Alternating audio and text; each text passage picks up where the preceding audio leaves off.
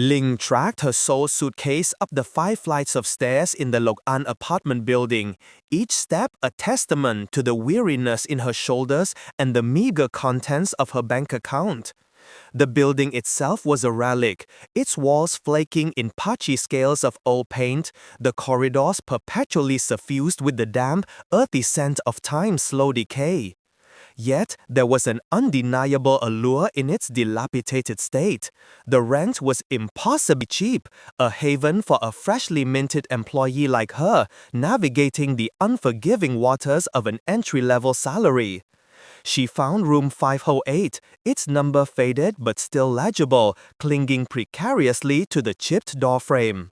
A heavy, resounding click accompanied the turning of the key, a sound that seemed to echo with a peculiar finality in the silence of the hallway. Ling pushed the door open, stepping across the threshold, and an immediate, unsettling sensation washed over her. The room felt strangely empty, hollowed out in a way she couldn't immediately pinpoint. Her eyes scanned the small space, taking in the single window overlooking a cluttered cityscape, the worn linoleum floor, the faint impression of old furniture. Then it hit her, a sharp, disorienting absence. There were no mirrors. Her brow furrowed in confusion, she walked directly to the bathroom, her footsteps surprisingly loud on the bare floor. The wall above the sink was smooth, unblemished by any reflective surface. Just pale, slightly stained tiles where a mirror should undeniably have been. No trace of glass, no lingering adhesive, nothing. Next, she moved to the small, built-in wardrobe in the main living area. Its doors were solid wood, unadorned. Not even a small, cheap, full-length mirror, which was standard in even the most basic of accommodations. A peculiar knot tightened in her stomach. Even the compact kitchen area, usually furnished with a small functional mirror, perhaps above the sink or adjacent to a cabinet, was entirely devoid of any such thing. The bare wall stared back at her, an expanse of muted cream paint. She noticed, then, faint rectangular outlines, slightly darker patches on the walls, like faded ghosts where mirrors once hung before being deliberately, thoroughly removed. Ling's confusion deepened, morphing into a prickle of unease. Her fingers traced one of the phantom frames. "Why are there no mirrors?" she murmured aloud, the question hanging unanswered in the quiet air.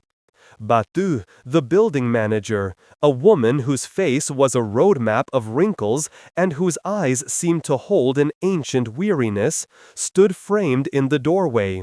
She hadn't moved since Ling entered, as if she had anticipated the exact moment of her bewilderment.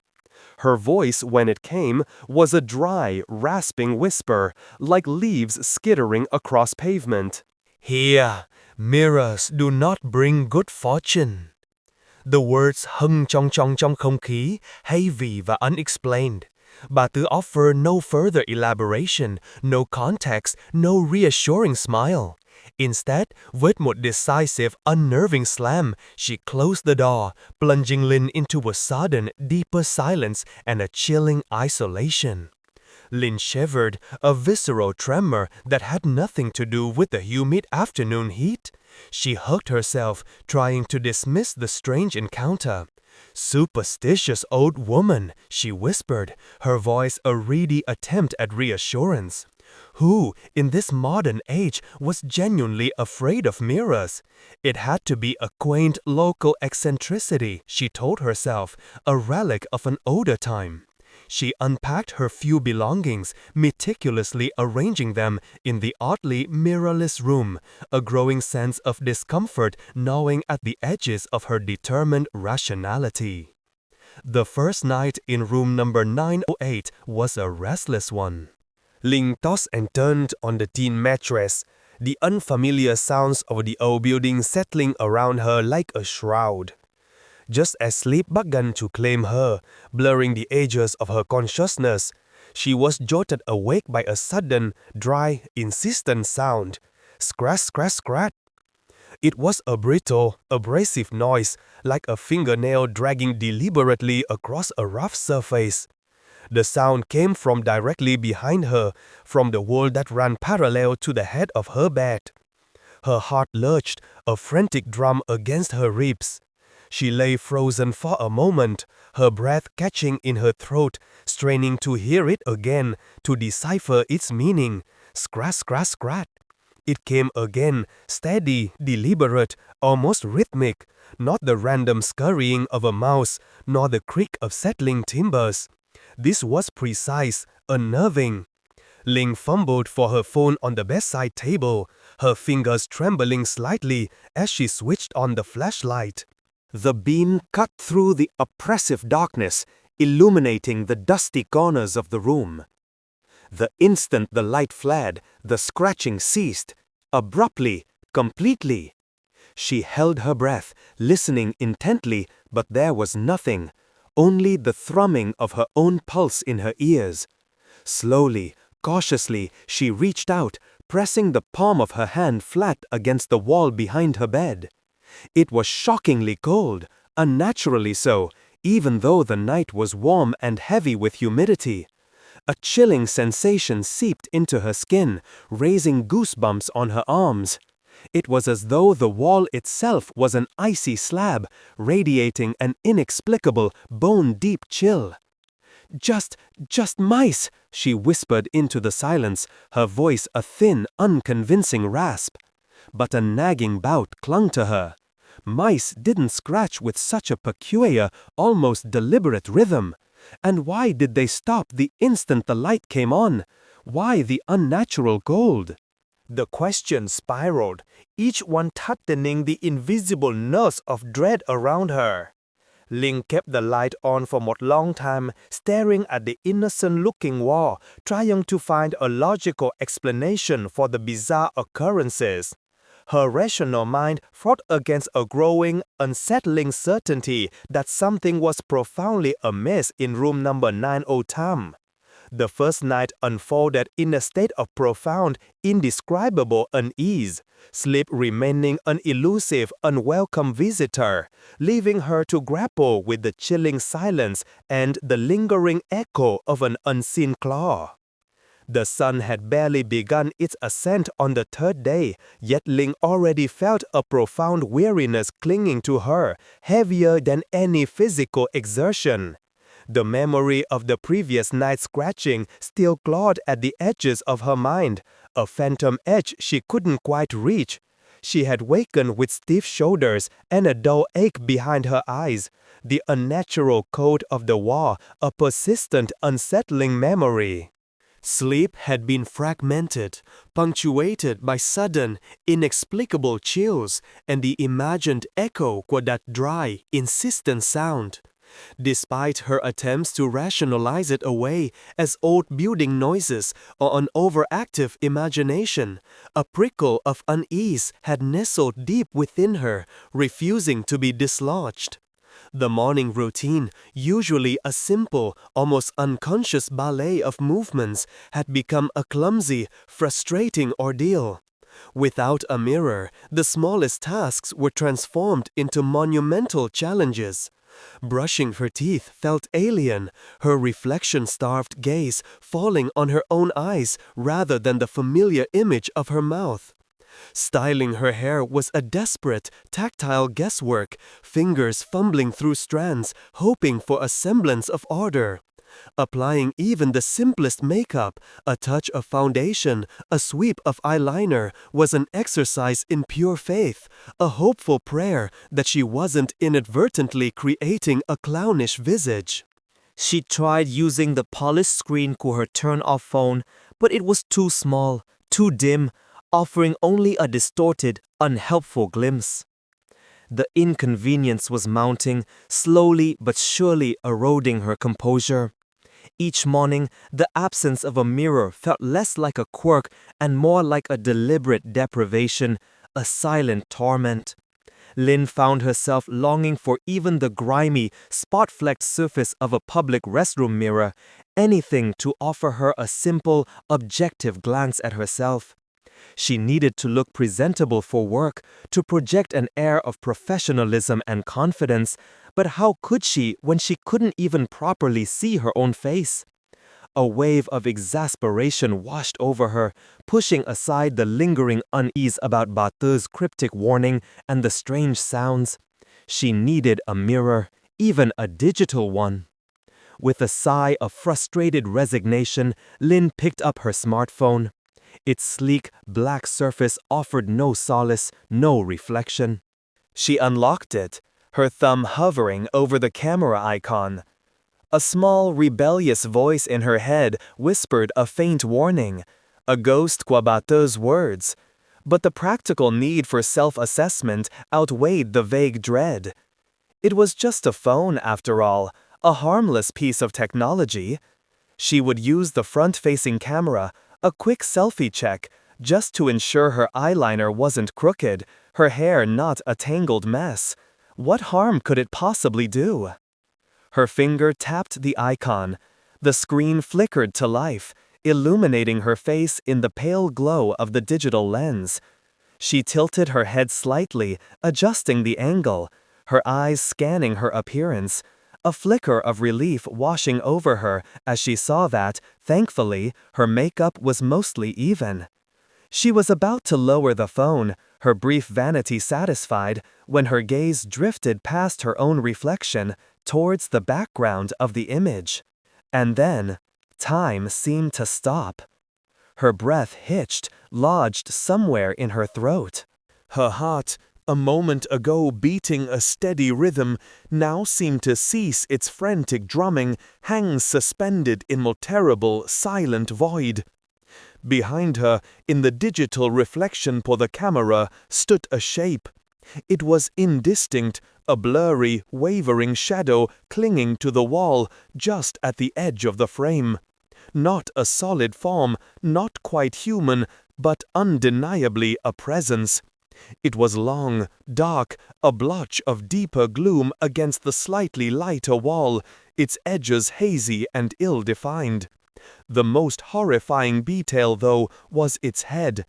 It was tilted at an unnatural, almost predatory angle, as if it were observing her, watching her with an intense, unblinking focus that sent an icy tendril of dread snaking down her spine. It was just a trick of the light, she desperately tried to tell herself, a pixelated anomaly, a glitch in the camera sensor. But her instincts screamed otherwise. The blood in her veins felt like liquid ice. A profound, bone-deep cold began to seep into her, starting from the nape of her neck, spreading rapidly, making her shiver uncontrollably despite the rising warmth of the morning. Her head snapped around, a violent, instantaneous movement. She spun on her heel, her eyes wide with terror, scanning the empty space behind her. The room was absolutely, unequivocally vacant. The wall behind her, the very spot where the shadowy figure had appeared in the phone's reflection, was bare, smooth, untouched. No dark shape, no unnatural tilt of a head, nothing. The morning light filtered gently through the window, illuminating only dust motes dancing in the air. Her heart resumed its frantic hammering, a wild bird trapped in her chest. She took a shaky, shallow breath, trying to steady herself, to convince herself that it had all been a trick of her tired mind. But the image on the phone screen had been so clear, so undeniably there. Slowly, her hands trembling so violently that the phone nearly slipped from her grasp, Ling brought the device back up, her eyes glued to the screen. The shadow was still there. And now it was subtly, almost imperceptibly, closer. The tilt of its head seemed more pronounced, more directly aimed at her. The darkness that formed its shape seemed to deepen, to coalesce, as if gathering itself, preparing to step forward. A choked cry escaped her lips. Every nerve ending in her body screamed in primal terror. Ling let out a gasp, a sound torn from the deepest part of her being, and instinctively, violently, she flung the phone away from her as if it were a burning coal. It clattered against the far wall with a sharp, plastic thud, the screen going dark. The sudden, absolute silence that followed was far more terrifying than any sound. She stood there, frozen, trembling, the sensation of an invisible, icy touch still crawling across the sensitive skin at the nape of her neck, a chilling, undoubtable confirmation of what she had seen. Ling stood paralyzed, her chest heaving, the air thick but heavy around her. The dull thud of her phone hit the wall echoed in the sudden, profound silence, a sharp punctuation mark to her terror.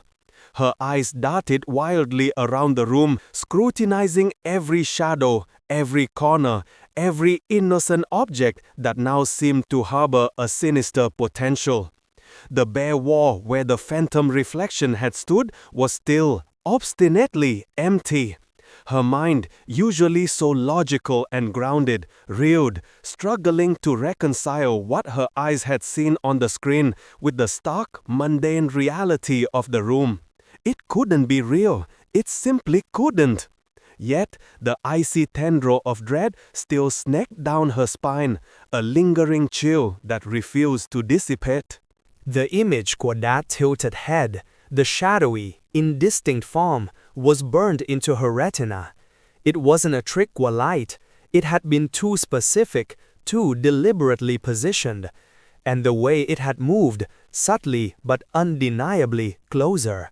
No, this was not imagination. This was something else entirely. She finally moved, her legs feeling like lead, a heavy, dragging shuffle towards the phone. She didn't want to touch it, didn't want to look at its screen again, but a desperate, morbid curiosity compelled her. What if it was still there? What if, when she picked it up, the shadow had fully materialized, a monstrous entity caught in the digital frame? Her hand hovered over the device, her fingers twitching, reluctant to make contact.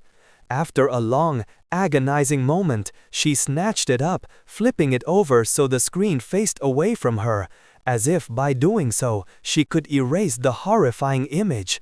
She didn't dare to turn it on, not now. The phone felt like a cursed object, a conduit to something unspeakable. Her heart hammered against her ribs, a frantic warning drum. She stuffed it deep into her back, as if burying it beneath clothes and toiletries could somehow bury the memory too. The thought of staying another moment in that room was unbearable. The comfortable silence of her apartment had been replaced by a suffocating presence, an unseen watcher. The air seemed to hum with an unspoken threat. She grabbed her work bag, her movements jerky and uncoordinated, and practically stumbled out the door, pulling it shut with a resounding click that offered little comfort. Her usual brisk pace down the 5 flights of stairs became a hurried scramble, her breath ragged. She didn't stop until she was out of the building, blinking in the harsh glare of the morning sun, desperately seeking reassurance in the mundane hustle and bustle of the city streets. At work, Ling tried to immerse herself in her tasks, but her concentration was shattered. Every peripheral movement caught her eye. Every quiet corner seemed to hold a lurking shadow. She found herself constantly glancing over her shoulder, a nervous tic she couldn't control. Her colleagues noticed her distraction, her pale face, the dark circles under her eyes. "Rough morning, Lin?" her cubicle mate, Mai, asked kindly, but Lin just managed a tight, unconvincing smile. How could she explain? How could she articulate the chilling reality of a shadow caught in a phone screen, a presence that moved and watched? She couldn't. They would think she was crazy. By lunchtime, the unease had festered into a desperate need for answers. Batu's cryptic warning resurfaced in her mind, taking on a new, terrifying significance. Mirrors do not bring good fortune here. Don't use anything reflective. And most chillingly, In the mirror, people don't see themselves anymore. At the time, Ling had dismissed it as old-world superstition. Now, it felt like a direct, chilling prophecy. She needed to know. She needed to understand. The alternative, continuing to live in that room, facing whatever lurked in its reflections, was simply not an option. As soon her shift ended, Ling practically fled the office, foregoing her usual habit of lingering. She marched back to the Lok-an apartment building, her resolve hardening with every hurried step. She had to confront Batu. The old woman might be strange, even frightening, but she was the only one who seemed to possess any knowledge about the building's unsettling peculiarities, particularly room 508. She found Batu in her usual spot, perched on a worn stool near the entrance, meticulously polishing a faded brass plaque. The old woman looked up as Ling approached, her gaze surprisingly sharp, as if she had been expecting her. There was an unnerving calmness in her ancient eyes that made Ling feel simultaneously relieved but more terrified. Ling wasted no time on pleasantries. Her voice, though trembling slightly, was firm, laced with an unbearable urgency. "Batu," she began, her hands clenching into fists at her sides. "Room 508, there's something wrong with it, isn't there? Please, tell me. The previous tenant, what happened to him? What did he see?" Batu's movement slowed, her hand pausing in its rhythmic polishing. She didn't immediately answer. Instead, she turned her head away, deliberately avoiding Ling's intense gaze, her profile a study in weary resignation. Her eyes focused on some distant, unseen point down the street, as if searching for an escape. The silence stretched between them, taut and heavy, filled with unspoken histories and veiled warnings. Ling felt a fresh wave of frustration and fear. The old woman was holding something back. Finally, Batu exhaled, a soft, raspy sound like air escaping a punctured tire. Her voice was low, barely above a whisper, edged with ancient sadness. "I told you, child," she said, her eyes still averted. "You mustn't use mirrors, Bear. Don't look into anything reflective. That is all you need to know. If you do that, you will be fine." Her tone was heavy with a warning, but also a hint of something deeper, a weariness that suggested a long, painful history with the very thing she was advising against. "But why?" Ling pressed, her voice rising with desperate insistence. "What happens? I need to understand. I saw something, Batu, something in my phone's camera, a shadow, and it moved."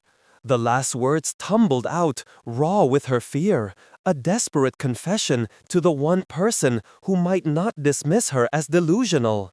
Batu finally turned back to Ling, her eyes now clouded with a deep, unsettling sorrow, a profound weariness that seemed to age her further. Her gaze was not unkind, but it held a chilling, knowing quality that sent another shiver down Ling's spine. Her voice dropped to an almost inaudible murmur, like a secret whispered against the wind. "In the mirror, child, people don't see themselves anymore." The words were vague, abstract, yet struggling with a horrifying clarity that resonated deeply with her recent experience. Not seeing herself, seeing a shadow, seeing something else. Her blood ran cold. The implication was utterly terrifying. She tried to ask another question, to demand a clearer explanation, but Batu, her face now a mask of unyielding resolve, simply shook her head. Her lips pressed into a thin, tight line, signaling the absolute end of the conversation. She would not say another word, no matter how much Ling pleaded or threatened. The door to understanding had been firmly, irrevocably shut. Ling was left standing there, her mind reeling, more unsettled and terrified than ever before. The old woman's enigmatic warning, now a chilling promise of something far worse than superstition. The following days were a blur of heightened anxiety and relentless self-control. Ling moved through her apartment like a ghost, meticulously avoiding any surface that could even remotely offer a reflection. She draped a towel over the shower door's polished metal trim. She ate from opaque bowls, avoiding the gleam of cutlery. Her phone remained face down in her bag, its camera a forbidden window to a reality she dared not glimpse again. Every metallic surface, every glass pane, every polished tile now seemed to hold a sinister potential, a lurking threat. The simple act of living had become a constant, exhausting vigil. Batu's half-warning echoed in her mind, a broken record of dread. In the mirror, people don't see themselves anymore. It was a chilling affirmation of what she had witnessed, a confirmation that her sanity was not eroding, but rather that a terrifying reality was. The shadow, the unnatural cold, the rhythmic scratching, it all coalesced into a growing certainty that her apartment, her sanctuary, was anything but safe. She tried to rationalize it, to seek out scientific explanations for the phenomena. Perhaps her eyes were playing tricks on her due to fatigue.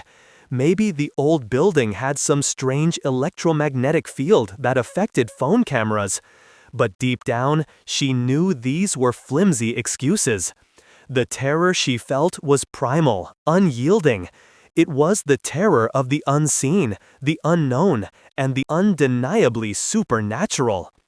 The nights were the worst. Sleep became a luxury she couldn't afford.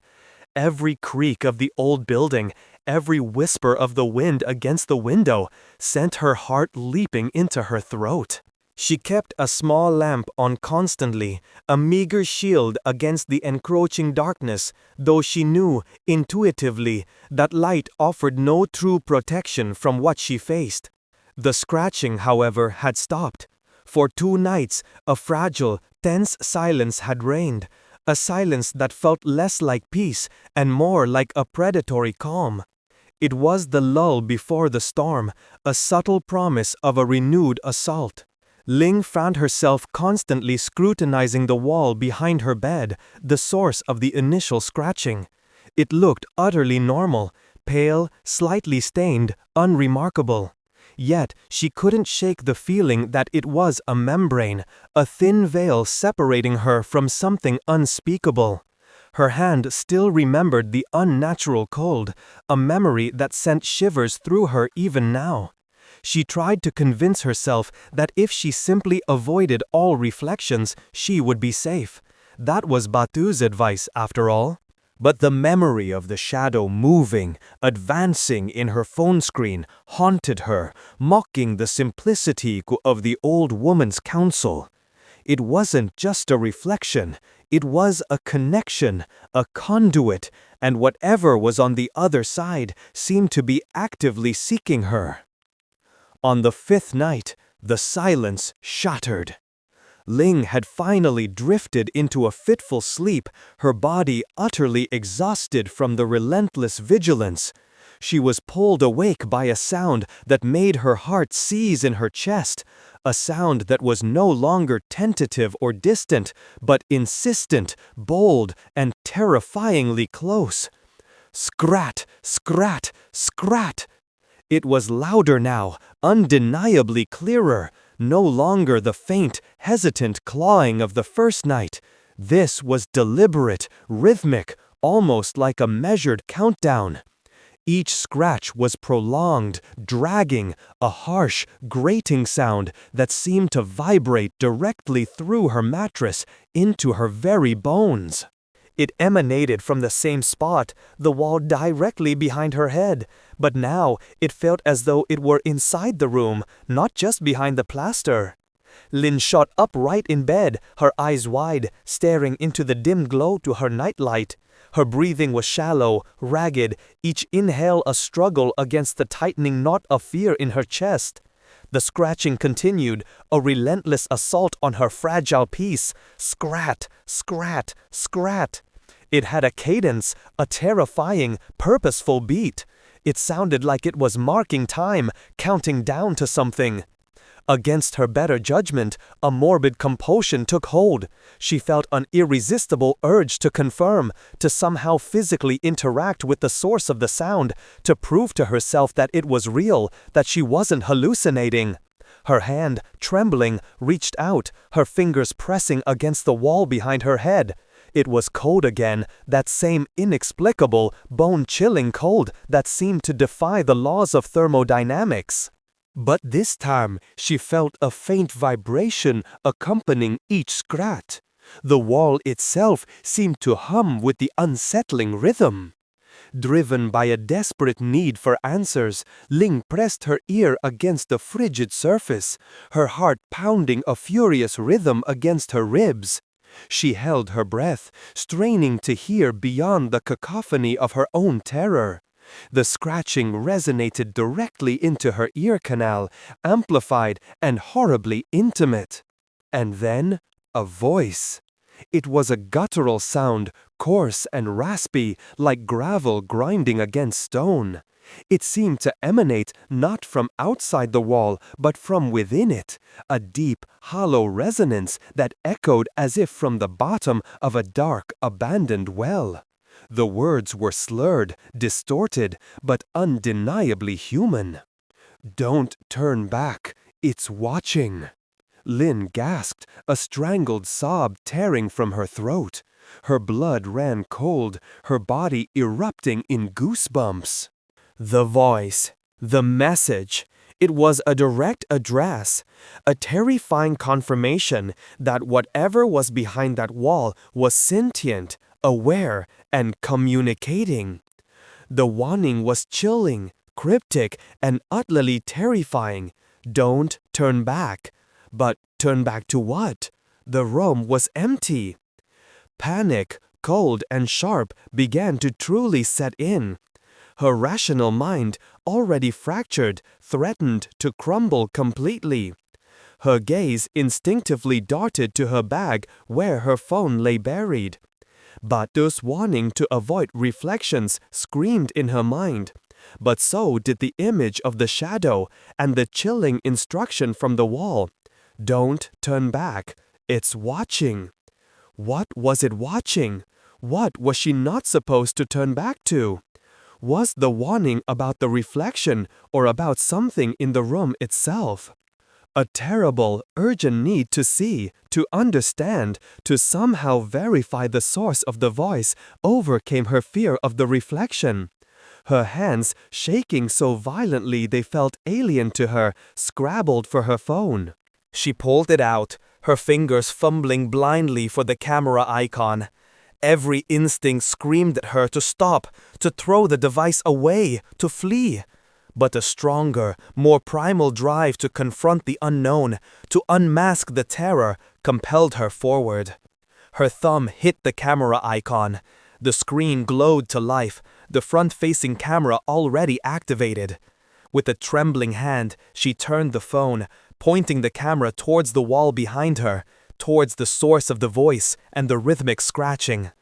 Her eyes were fixed on the screen, dread mixing with a desperate, morbid curiosity. And then, she saw it. On the phone's screen, the wall behind her was no longer normal. Cracks, thin as spider webs, were radiating outwards from a central point, spreading across the plaster like a terrifying, malignant growth. And from one of the widening fissures, something was slowly, inexorably beginning to emerge. A face. Pale, distorted, barely human. Its features were stretched and malformed, like clay sculpted by a madman. The eye sockets were impossibly deep, cavernous hollows that seemed to swallow all light, belonged to something not of the living. It was slowly, horrifically pushing itself out of the wall, its ghastly visage stretching further with each passing second, a silent scream of agony or malice frozen on its features. Lin's own scream was trapped in her throat, a strangled, inaudible sound. She felt the sudden, overwhelming urge to hurl the phone, to smash it, to destroy the awful image. But she couldn't. Her hands were locked in place, held captive by a horrifying fascination. She tore her gaze from the screen, forcing herself to look directly at the wall, to confirm the nightmare with her own eyes. The wall was perfectly normal, smooth, intact, no cracks, no grotesque face emerging, nothing but the pale, stained plaster. But when she looked back at the phone, the face was still there. It was closer now, more defined, its deep-set eyes seemingly fixed on her.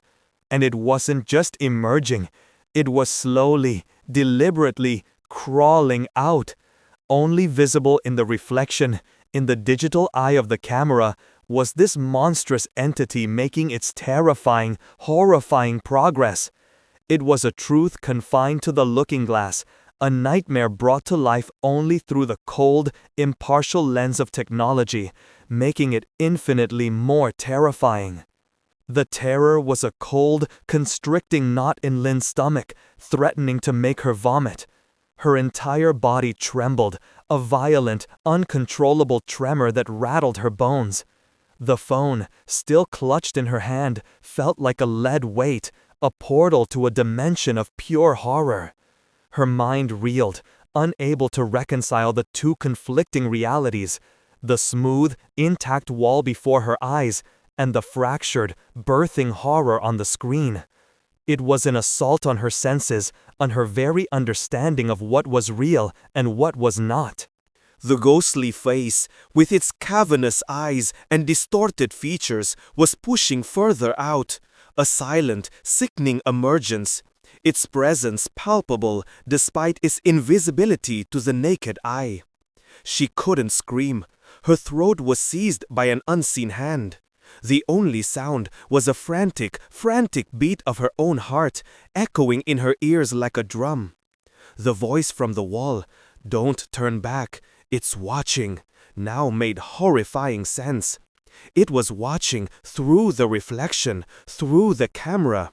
It was a parasitic entity, feeding on the very act of seeing oneself. With a surge of adrenaline-fueled desperation, Lynn finally managed to break free from the paralysis. She didn't throw the phone, she simply dropped it, letting it clatter to the floor, its screen still facing upwards, still displaying the grotesque, emerging face. She scrambled backward on the bed, pressing herself against the headboard, desperate to put as much distance as possible between herself and the cursed wall. Her eyes were wide, darting between the phone where the horror was undeniably manifest, and the innocent, empty wall itself. The scratching had stopped, the voice was gone. Only the terrifying image on the phone screen remained, frozen in its silent, agonizing crawl. Lynn couldn't bear to look at it, but she couldn't tear her eyes away either. It was a macabre magnet, pulling her gaze into its chilling digital embrace. She spent the rest of the night huddled in a corner of her bed, knees drawn to her chest, rocking slightly, her breath coming in short, shallow gasps. Sleep was impossible. Every shadow danced with malevolent intent. Every creak of the building became a precursor to a new horror. The sun, when it finally pierced through the window, felt less like a beacon of hope and more like a cruel joke, illuminating the stark reality of her terrifying predicament. Morning brought a fragile sense of clarity, albeit one tinged with a deep, pervasive dread. Ling knew she couldn't stay, not another night. The room was cursed, haunted, possessed by something that defied explanation. She had to leave, but she couldn't just flee, not without understanding. The image of that face emerging from the wall in the reflection had sparked a desperate, urgent need for answers that Bater had refused to give. The old woman's warnings were no longer vague superstitions. They were chilling fragments of a terrible truth. She picked up her phone cautiously with a folded tissue, avoiding direct contact with the screen. She ensured the camera was off, then shoved it deep into her bag. Showering was an act of bravery, forcing herself to avert her eyes from any polished surface, performing the ablutions almost entirely by feel. Dressing was a similar struggle, a testament to her profound discomfort. She had to learn the truth for her own sanity, if nothing else. Leaving the building, Ling made a beeline for the small, bustling market square nearby, a hub of local life and gossip. Bà Tư might be tight-lipped, but surely someone else in the community, someone who had lived here for years, would know something of room number 5 Linh Tam. Old buildings, especially those with a history of peculiar occurrences, always had their stories. She just needed to find someone willing to share. She gravitated towards a small store selling fresh produce, run by an elderly woman with kind eyes and a welcoming smile. Bà Mai, as Ling soon learned, was a resident of the 6th floor of the Lob An building, a neighbor whose presence she hadn't previously acknowledged beyond a polite nod. Ling bought a small bunch of herbs, making small talk, subtly steering the conversation towards the building, then, more pointedly, towards the more unusual aspects of its history. After several minutes of hesitant conversational probing, Lin broached the subject of room number Nam Am, her voice carefully modulated to sound casual, though her heart pounded in her chest. "I just moved into Nam Nam Tam," she began, "and it's interesting, a bit unusual even. Do you know much about it, Bà Mai? Seems like an old room, has a real story to it." Bà Mai's smile faltered, replaced by a flicker of unease in her eyes. She glanced around, as if to ensure no one was listening, before leaning in conspiratorially. Her voice dropped to a hushed tone. "Ah, room Nam Nam Tam," she said, her expression grave. "That room, it has a troubled past, child, a very troubled past." She hesitated, her gaze distant, as if sifting through long-buried memories. Lin waited, her breath held, a desperate anticipation thrumming through her.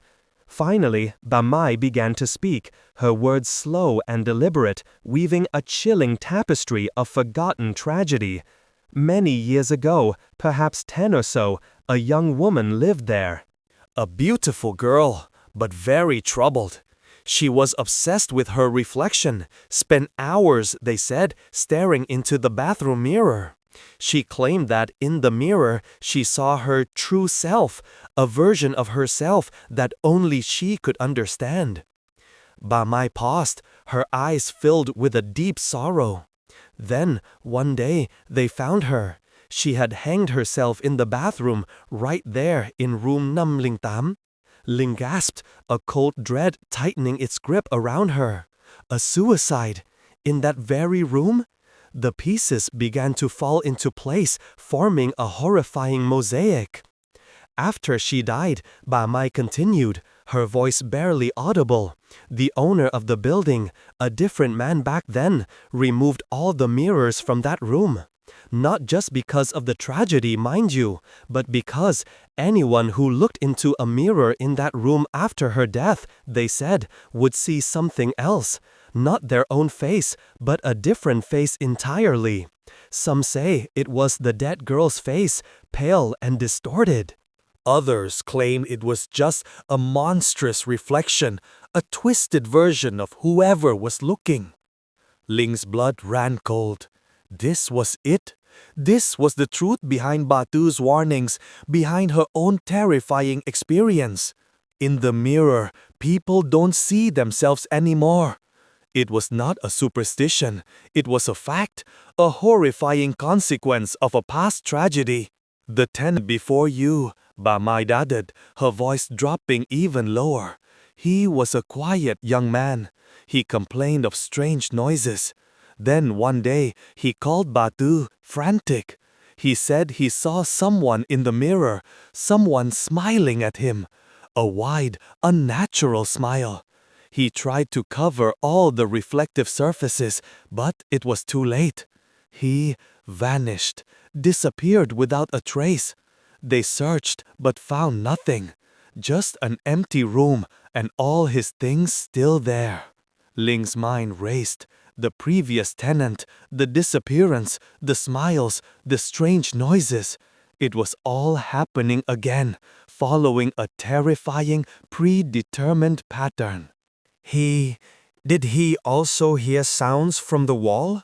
Ling asked, her voice barely a whisper, the question laced with more desperate need for confirmation.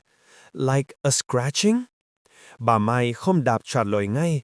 Instead, she fixed Ling with what look of brow fear, her eyes wide with what chilling understanding.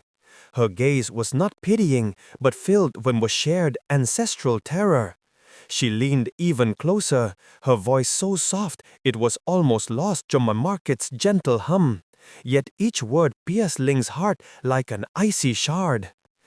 It's not in the wall, child, Ba Mai whispered, her ancient eyes wide and knowing. It's in the reflection. Ba Mai's words, it's not in the wall, child, it's in the reflection, struck Ling like a physical blow.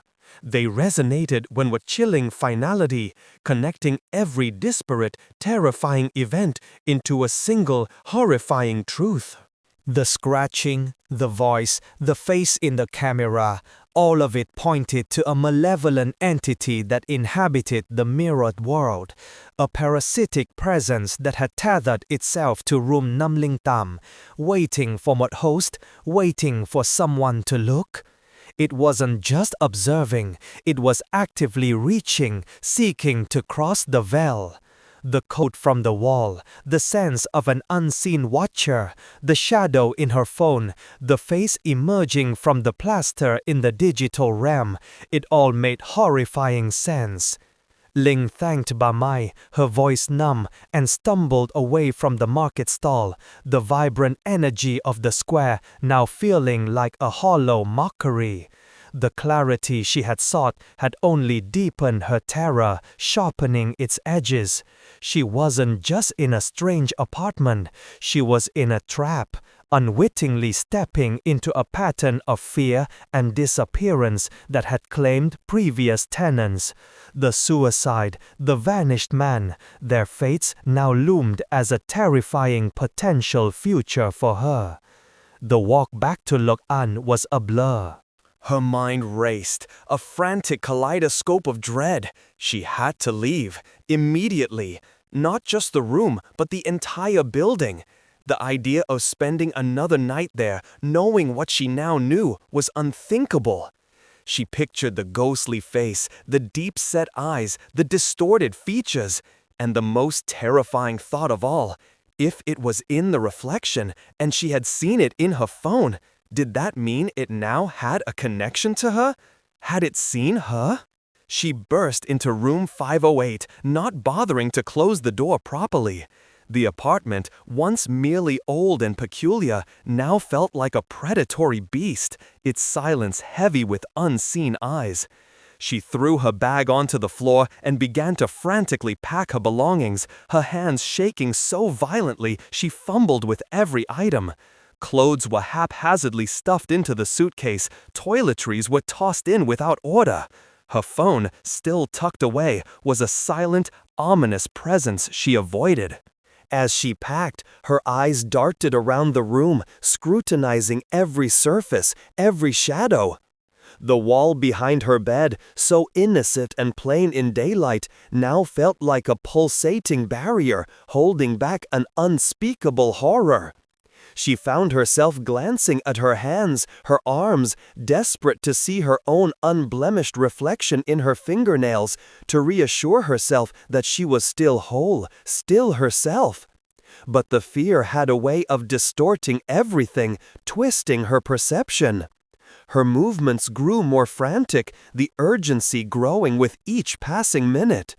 She had to get out before nightfall, before the silence returned, before the scratching resumed, before the power of the reflections intensified in the darkness. She imagined the entity waiting, growing stronger with each passing hour, its gaze fixed on her. Just as she was zipping up her suitcase, a chilling sensation crept over her. It was the same unnatural cold she had felt from the wall, but this time it wasn't localized. It permeated the entire room, seeping into her skin, raising goosebumps on her arms. The air grew heavy, still. The faint hum of the city outside suddenly muted, as if the room had sealed self off from the outside world. A profound sense of isolation descended upon her. The room felt smaller, the walls pressing in, suffocating her. She spun around, her eyes wide, searching for the source of the intensifying cold, the sudden shift in atmosphere.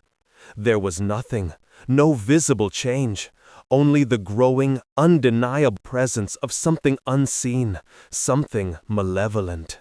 Then she heard it, faintly at first, barely a whisper, but growing in intensity. The scratching. Scrat, scrat, scrat. It was softer than the previous night, less aggressive, more insidious, more like a tentative caress. But it was undeniably there, coming from the wall behind her bed, precisely as Bamai had described. Not in the wall, but from it, emanating as if through a veil. Panic surged through her, raw and primal. She grabbed her suitcase, her only lifeline, and stumbled towards the door, desperate to escape. Her hand fumbled for the doorknob, her fingers slick with sweat. The metallic surface of the knob felt intensely cold, mirroring the chill that now pervaded the room.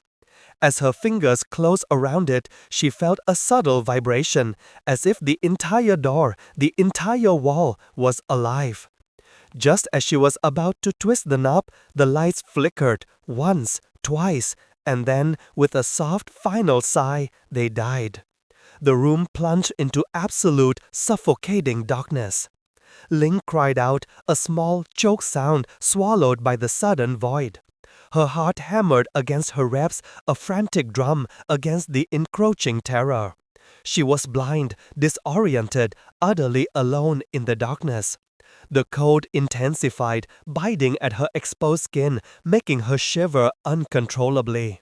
Then, in the oppressive blackness, a single point of light flared. It was her phone. She hadn't touched it. It was still in her bag, lying on the floor where she had dropped it moments earlier. Yet, its screen had suddenly, inexplicably powered on. Its pale, digital glow was the only source of illumination in the room, casting long, dancing shadows that stretched and warped with every involuntary tremor of Ling's body. And then, with a chilling, sickening certainty, the camera app activated itself. Ling watched, horrified, as the screen brightened further, the front-facing camera now fully engaged. It was not pointed at her. It was pointing directly at the wall behind her. The same wall, the source of the scratching, the source of the ghostly voice. The same wall from which the face had begun to emerge in the reflection. On the screen, the wall was no longer just cracked. It was actively, violently rupturing. Great fissures had spread like a web of shattered glass, radiating outwards from a central point. Plaster of dust seemed to visibly flake away in the digital image, revealing a gaping, whitening maw in the fabric of the wall. And from that maw, the pale, distorted face from before was no longer just emerging.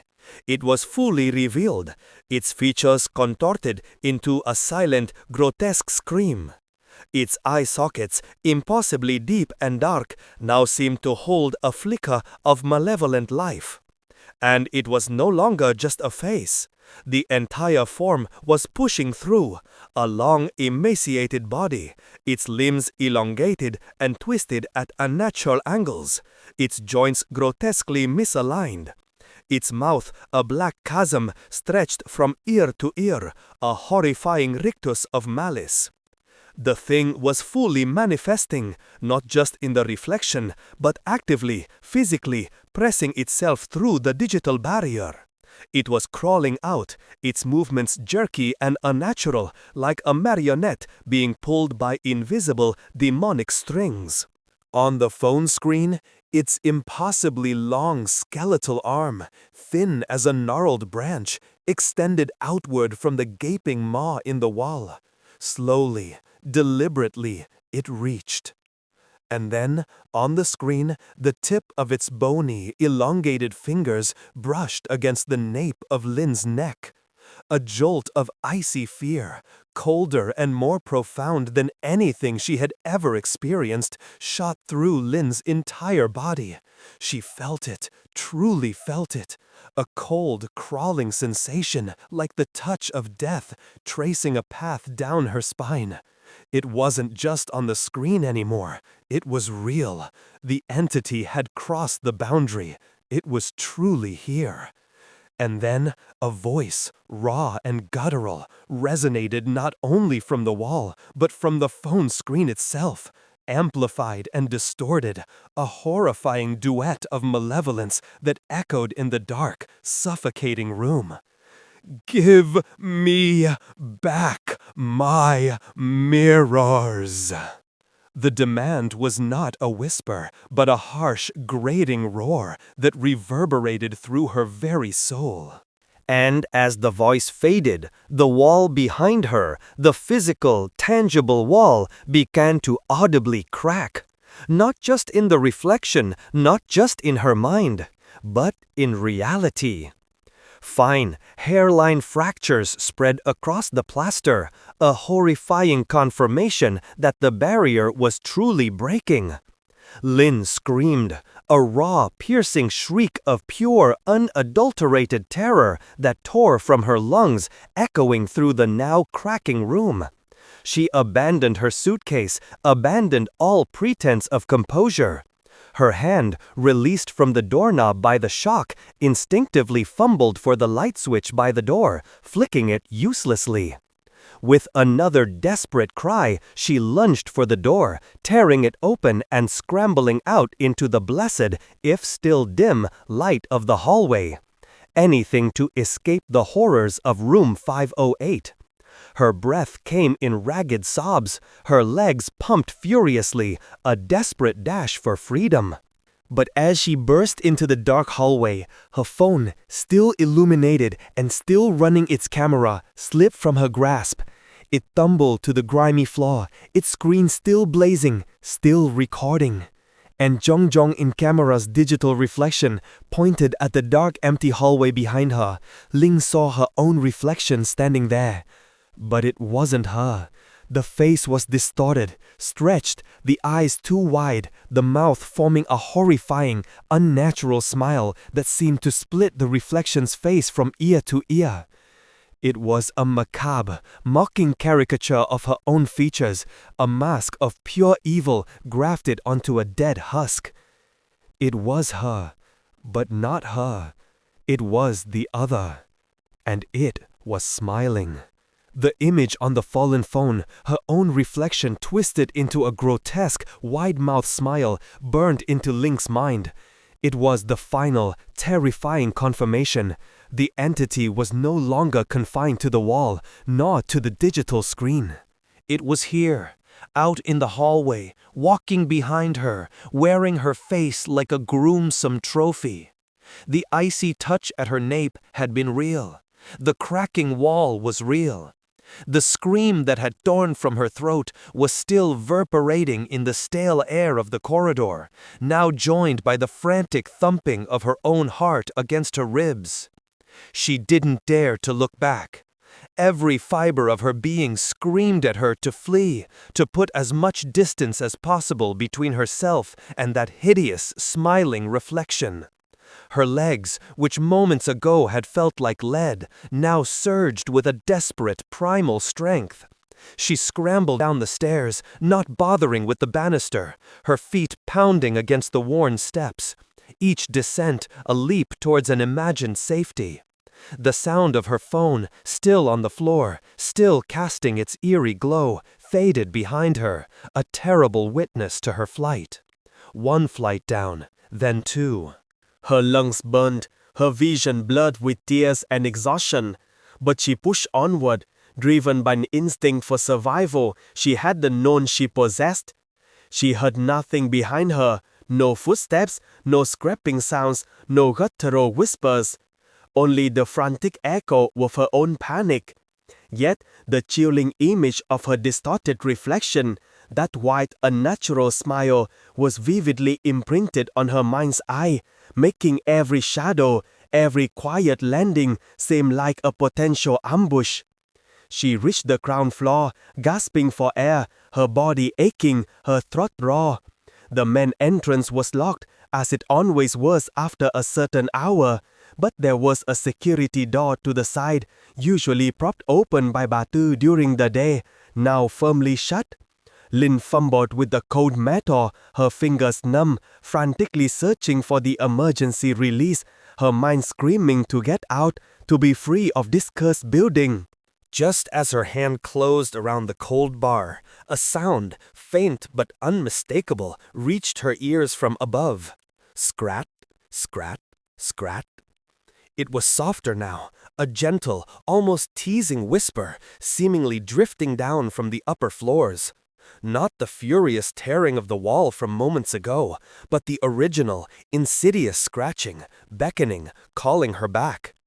It felt as though the entire building was breathing, sighing with a malevolent contentment, satisfied with its new acquisition.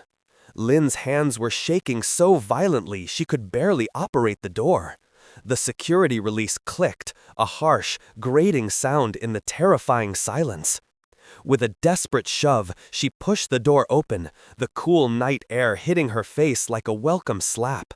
Freedom. She was almost there. She stumbled out onto the street, the dim streetlights casting long, distorted shadows of trees and lampposts. The late-night quiet of the city was a stark contrast to the terror she had just experienced, but it offered no real solace. She felt exposed, vulnerable, as if the darkness itself might reach out and drag her back. Her mind screamed for a taxi, for a bus, for any form of escape, but her body felt leaden, rooted to the spot by a horrifying realization. She hadn't just fled the room, she had fled her phone. And on that phone, the camera was still on, still recording, still reflecting. A terrible, morbid curiosity, a compulsion she couldn't fight, forced her to glance back at the building, at the ominous, darkened windows of the Lok'an apartment block. She looked up, past the generic facades, past the familiar outlines of the 5th floor. She stared at the window of room number 508. It was dark, a black rectangle against the slightly lighter sky, but she felt its presence, a cold, unwavering gaze fixed upon her. And then she saw it.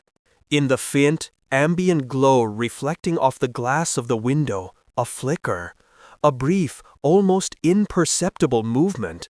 It was a reflection, distorted by the grime and the distance, but clear enough. A face, her face, but impossibly wide, eyes too big, mouth stretched into that same horrifying, unnatural smile, pressed against the inside of the window pane, looking out at her. It wasn't just in the phone anymore. It was in the actual window, in the glass, a ghostly apparition caught in the night. The entity had fully crossed over. It was not just in the reflections, it was the reflections. And it was watching her, laughing at her desperate escape. Lin let out a choked scream, a sound of pure despair that quickly dissolved into ragged sobs. She turned and ran, blindly, aimlessly, down the deserted street, her mind a maelstrom of terror and confusion. She ran until her legs gave out, until her lungs burned, until the buildings blurred into an indistinguishable wall of concrete and glass. She ran until she collapsed in an alleyway, dry heaving, her body racked with tremors, her mind teetering on the edge of madness. She didn't know where to go, who to call, who would believe her, who would listen to a story of a cursed apartment, a malicious reflection, and a face crawling out of a wall. They would dismiss her as delusional, a victim of stress or an overactive imagination. She was utterly alone, adrift in a city that suddenly felt hostile and indifferent. Hours passed. The sky began to lighten, the first hint of dawn painting the eastern horizon in pale streaks of gray and pink.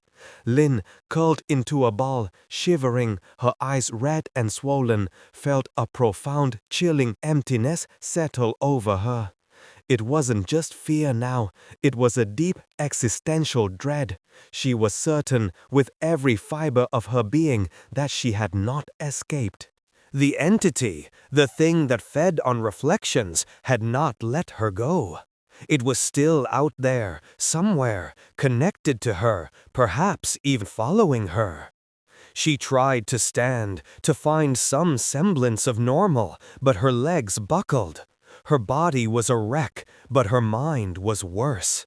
The image of the smiling reflection in the window, her own face twisted into a demonic grin, was burned into her consciousness.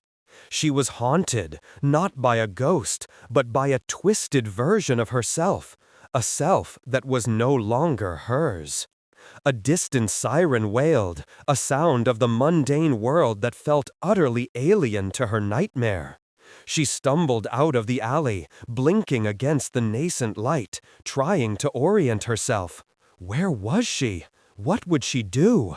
Her apartment was a death trap. Her phone was a conduit. Her own reflection was compromised. As she walked, aimlessly, her gaze fell upon a storefront window, still dark and reflective in the pre-dawn gloom. She gasped, a small, choked sound. Her reflection stared back at her, but it wasn't quite right. The eyes, though her own, seemed to hold a deeper, colder glint. The corner of her mouth, almost imperceptibly, seemed to twitch upwards, just a fraction, forming the faintest hint of a smile. Not a friendly smile, but the echo of that wide, unnatural grin she had seen in the window of room number 8. It was a subtle distortion, almost dismissible, but enough to send a fresh wave of terror through her. It was in her. It was with her. She cried out again, a desolate, animalistic sound, and recoiled from the window, pressing her hands against her mouth, desperate to stop the rising hysteria. It had followed her, or worse, it had become a part of her.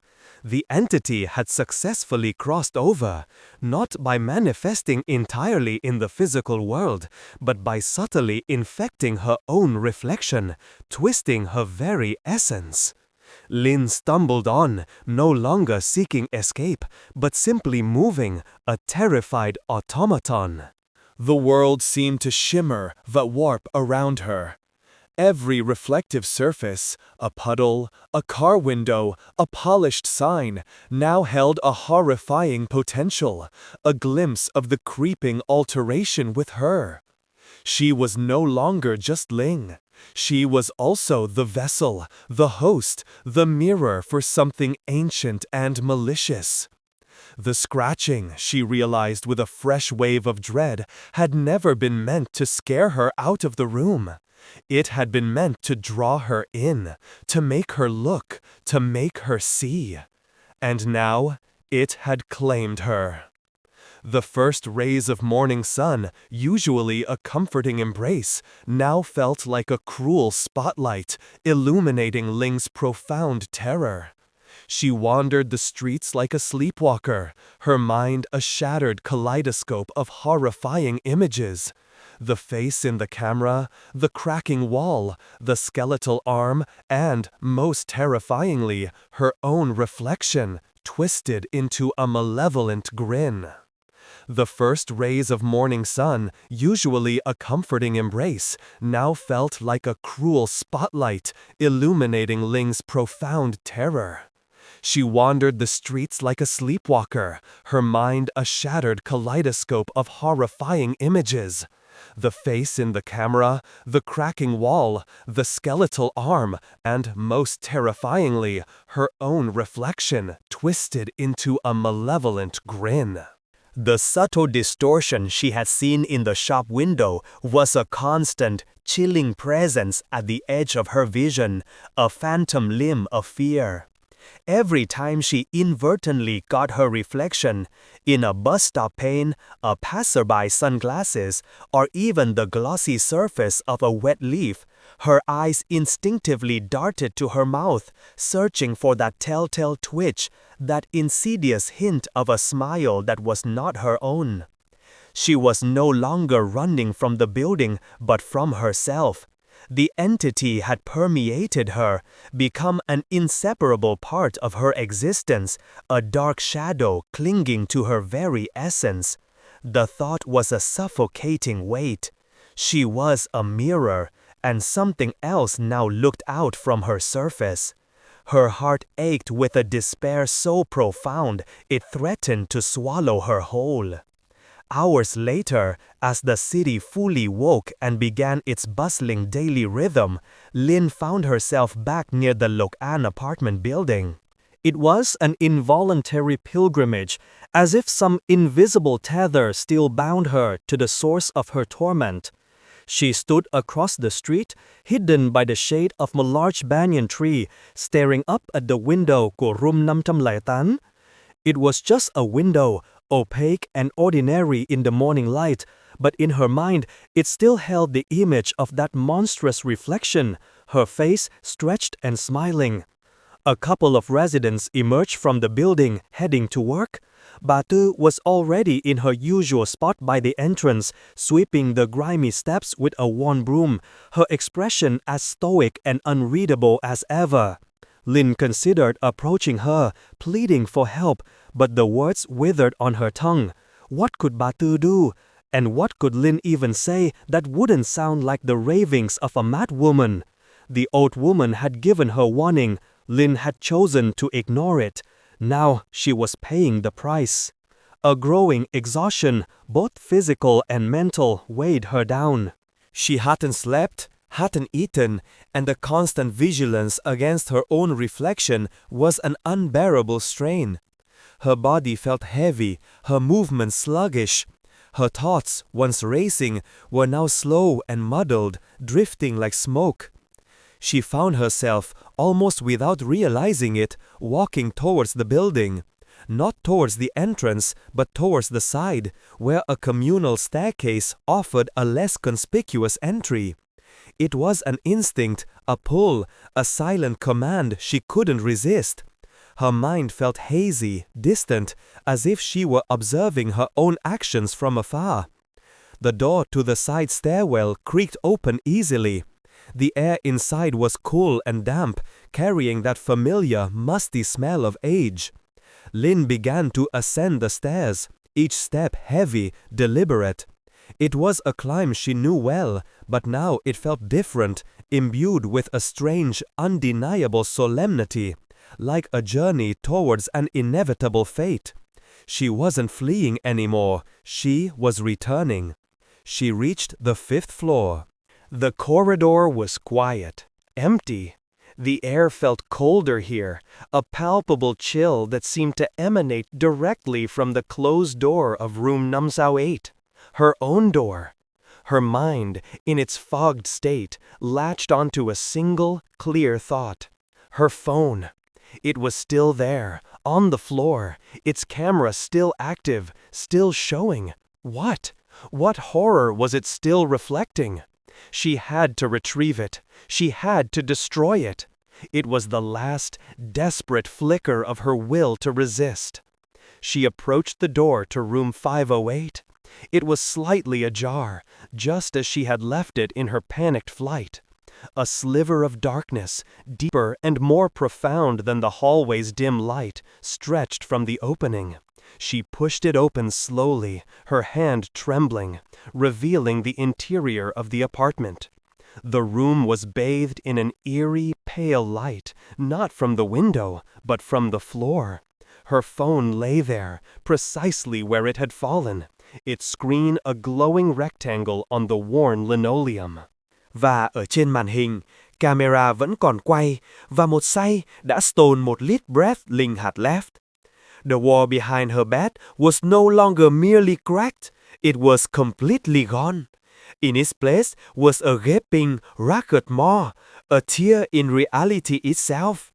Và từ đó, Void, the entity, now fully manifested, stood. It was taller than she remembered, gaunt and impossibly thin, its limbs grotesque, its mouth a perpetually wide, silent scream.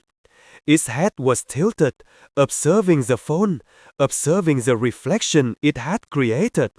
Its eyes, those deep, empty hollows, seemed to bore directly into the lens.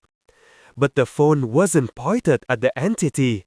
It was facing the other way, towards the door, towards her. And on the phone screen, her own reflection stood in the doorway, exactly where Lin was standing. But it was not Lin. It was the other. The distorted face, the impossibly wide, grinning mouth. The figure in the reflection looked directly at the entity that had crawled from the wall, and it smiled, a slow, chilling, utterly triumphant smile. Ling felt một sudden, profound emptiness within herself, as if a part of her soul had been scooped out, leaving một hollow void. The cold sensation she had felt earlier, the subtle distortion in her own reflections, it all coalesced into a terrifying understanding. She was no longer just a reflection for the entity, she was a conduit. It had used her terror, her flight, her lingering connection to the room to fully manifest, not just in the reflections, but in the physical world. And the reflection on the phone, the one wearing her face, was no longer just an image. It was the entity itself, now free, inhabiting her semblance. As the realization dawned, a new sensation washed over her, one of profound detachment. Her body felt distant, numb. The terror, which had been a raw, screaming agony, now faded, replaced by a dull, aching silence.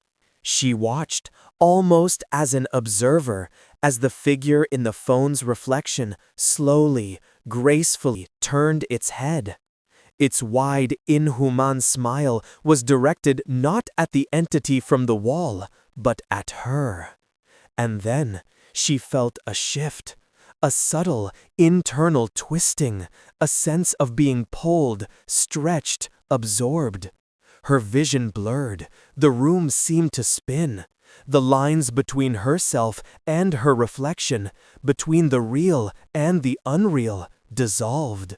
She felt herself becoming transparent, ethereal, merging with the shadows of the room. A strange, serene calm descended upon her, a final, chilling peace. The door to room 508, which had been slightly ajar, slowly, silently swung shut. The pale light from the phone winked out, plunging the room into darkness. The next morning, the Luck-On apartment building returned to its usual sleepy rhythm.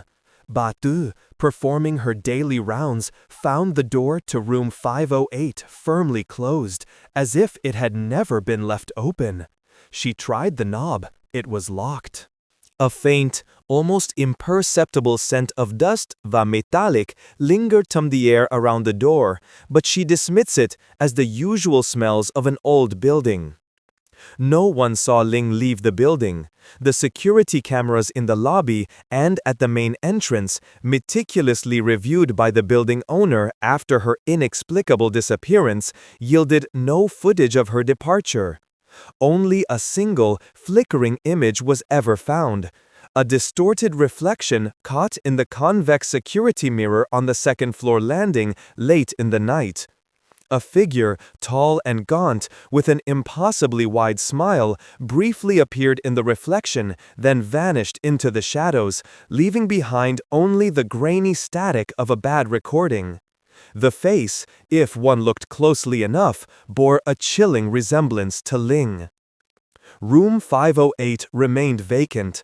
No one dared to step inside, even after the owner, unnerved by the consecutive disappearances, had it blessed and repainted. The wall behind the bed was solid, perfectly intact, showing no signs of any cracks or ruptures. There were no mirrors, of course. They had all been removed long ago. But every night, on the 5th floor An apartment building, a faint, rhythmic sound could be heard, drifting from the silent, empty room 5 at. Skrat, skrat, skrat.